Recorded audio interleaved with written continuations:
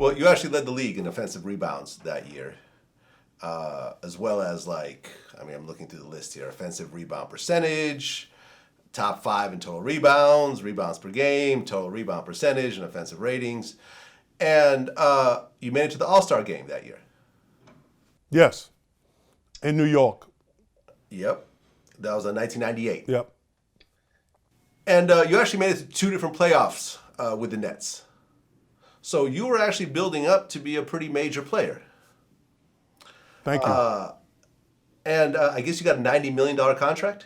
Yep. But what year was that? Did you get that contract? 97, 98. Okay.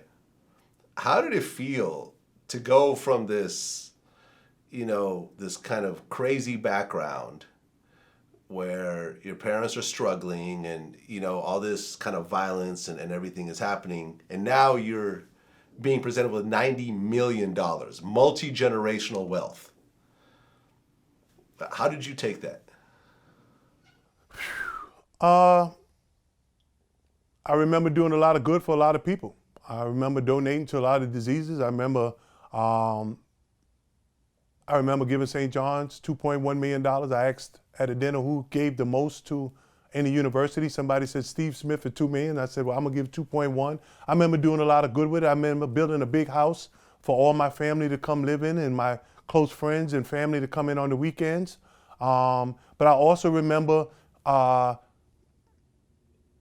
thinking that you're invincible and thinking that you got the world figured out. And people coming to tell me, say, hey, Jay,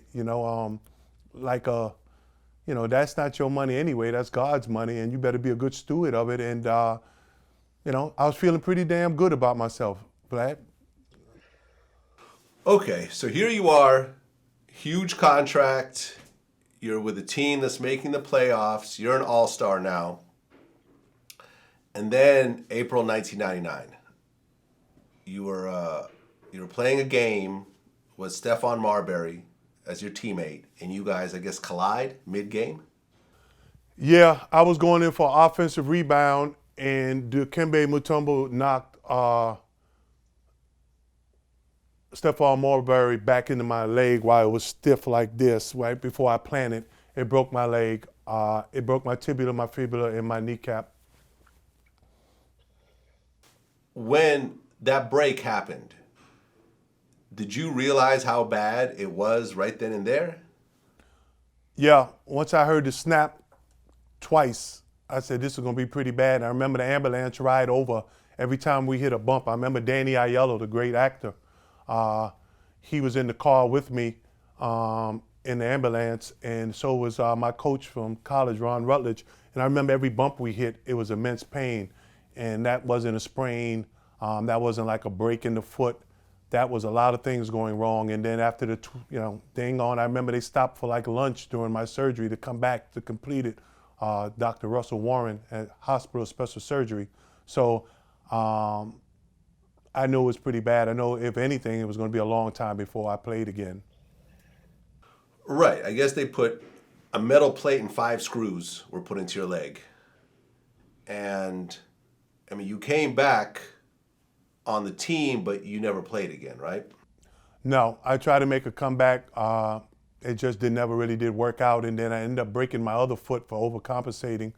And they got 2 screws on my 2 fifth metatarsals on both sides of my feet right now. Okay. So then you announced your retirement June 28th, 2000. 32 years old, 9 seasons in. And I guess with the way the NBA works, with that $90 million contract, they had to pay you that whole contract? Yes, the insurance company has to pay Lloyd's of London. Oh, right. Okay, I see what it is. So, I see what it is. So the NBA team basically signs a contract for $90 million, and then they pay the insurance company just in case. And in this case, boom, the insurance company pays. So you got $90 million for playing 1 season, basically? Yeah, basically, if you want to put it that way, all the things I had to work up to get to that. I played a lot of basketball.